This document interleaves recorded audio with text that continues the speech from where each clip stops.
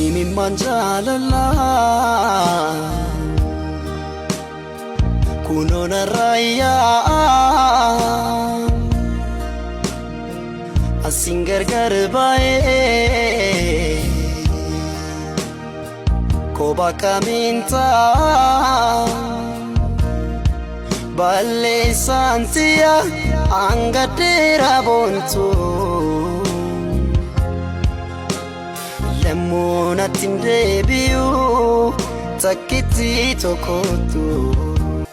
balleessanti imimmaan jaalalaa kunoo narraa asin gargar baay'ee koba kaminta balleessantiya angadera bontu lemmuunatin deebiyu